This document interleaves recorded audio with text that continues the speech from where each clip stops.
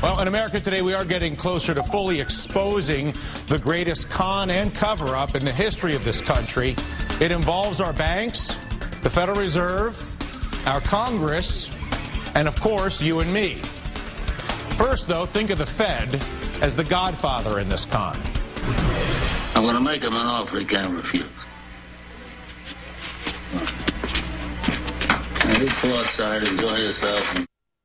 The role of the godfather, played by former Fed Chief Alan Greenspan, who appeared before the Financial Crisis Inquiry Commission this morning, denying that he ever knew what he helped perpetrate. The notion that we in any way favored any of them or basically were influenced with respect to policy by what they said, other than the facts they gave us, which we always evaluated, I saw no evidence of that in my tenure. And he may not have had favorite among the banks because Greenspan was working for all of the banks against you. The bankers, of course, the unrepentant con men being supported by the Federal Reserve. She picked him clean. He never missed him. Remember that sting experience? How good you felt? So good getting that money for free, getting away with it. Here's how the con went down.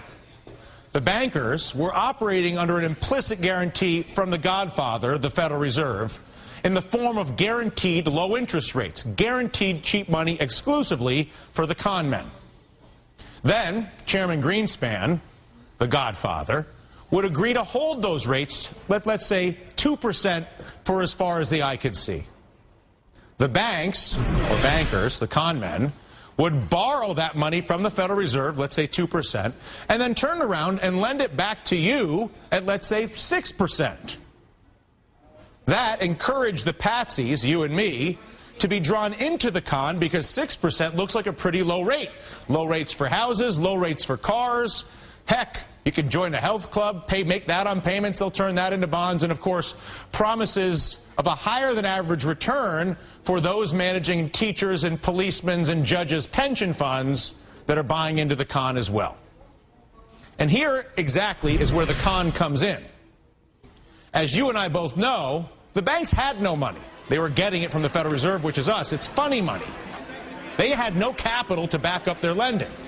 But that did not matter because they also had no risk in the lending. If the lending paid off, they win. And they won big when they did that because they did it with leverage. Top Manhattan executives alone paid themselves $121 billion in bonuses over the first part of the decade. Now, mind you, when the bank loans failed, they knew they were too big to fail. So the rest of us, you and me, would have to bail them out. The ignorant electorate, if you will, the patsies, who had no idea, and really still don't, understand how badly they are being conned by our government and our banks. Once the banks, however, realized there was no losing, the question was, how do we make the con bigger? How do we get more money through this crazy machine so we can get richer? The question, or the answer, I should say, is simple. Make more loans, more credit card loans. Think of all the credit card applications that were sent to you over the past 10 years. More car loans. It's the reason General Motors went upside down. It wasn't the cars. It was because they were running a financing scheme. Home loans, you know the narrative. So the people most hurt by this con, the home buyers, the cops, the teachers, pensioners who were suckered in by the bait of low credit and high returns in exchange for buying worthless toxic assets manufactured by the bankers. That's why your pension fund was wiped out. That's why the interest rate on your savings to this day remains around zero. If you're a retiree, you know what I'm talking about. It's also why you're now drowning in a mortgage on a house that's worth far less than you owe, because the bankers were happy to lend you money they did not have to drive up the price of that house because they knew the more loans the better, but no downside for them. So what's next? Higher taxes for us, higher interest rates for us to pay for the bailouts, while our government that was theoretically elected by us refuses to recover the stolen money by the con men or fix the system that allows them to continue to perpetrate the con against you and me. The current financial reform legislation proposed by our government would give the godfather, the Federal Reserve in this case, even more power to regulate the game The con men, represented by the Wall Street bankers, of course, giving our Congress a cut of the action, $344 million so far lobbying against the bill, second only to health care. And we saw how well it worked out for special interest on health care. Home run. They got a guaranteed customer base with no reform. I'm sure the bankers will do pretty well as well. All this, of course, while assuring our lawmakers, many of whom do not even understand how the con works in the first place, that the financial crisis has been fixed, of course, with an infinite supply of your money. After all, just check out stocks over the past year. We are back over 10,000 on the Dow, thanks to that blank check from the Federal Reserve. So now, as we finally head towards Congress debating financial reform in our country, the question must be asked, does it make sense for our government to give more power to a Federal Reserve and banker con men who unrepentantly caused this crisis and make money at your expense on the pension side and on the credit side? That's the current plan. Give them more power.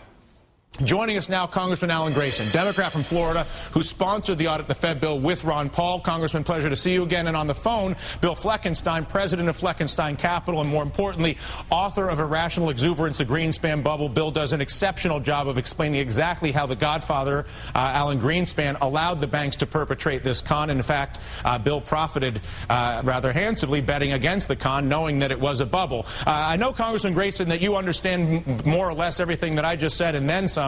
And are likely more frustrated than I am at our Congress's unwillingness to actually acknowledge or understand the con or address it. Why do you think it has been so difficult and continues to be difficult for anybody in our Congress to really deal with this? Well, I have the benefit of having worked as an economist for 4 years before I was elected to Congress, and that does give me some insight into how all this works. I think a lot of people on Capitol Hill simply don't understand how this works the way you just described it. Clearly, they should be listening to your show. If you don't understand that the bank's incentive is to lend as much money as possible without any repercussions, because the only way they make money is with lots of lending or gambling, effectively, and everybody else's incentive is to try not to get screwed, and yet the Congress is feeding the money to those who have a directly adverse incentive. They make money by screwing over pensioners and borrowers, and our Congress is making that more possible, not less possible. How did we find ourselves in this situation? Well, I think the fundamental problem is campaign finance reform. I'm not trying to change the subject here, but I do want to point out that we wouldn't have this problem except for the fact that lobbyists hand out $5,000 checks. Bill, explain in the simplest sense why it is Alan Greenspan is so directly responsible for creating this con. Well, first of all, let me say, Dylan, yours was one of the most succinct explanations of the problem that I've heard, so that was quite a good send-up that you did. Because Greenspan is ultimately responsible because, A, he was the one who put rates at a level that was too low and then refused, in the face of all evidence, to do anything to try to retard the potential for an asset bubble. He was in denial about the equity bubble and then turned around and created the the credit/housing bubble, and to this day refuses to accept any responsibility for it. When prices are held at an artificially too low of level, by putting too much money in the system, that money seeks its way out into other places, and and it will end up creating a bubble. And the more leverage used in the bubble, the more dangerous it becomes. Greenspan not only made the interest rates too low, he advocated the policies and he cheerled for the housing bubble. For instance, he made a speech where he tried to explain why housing could not possibly be a bubble.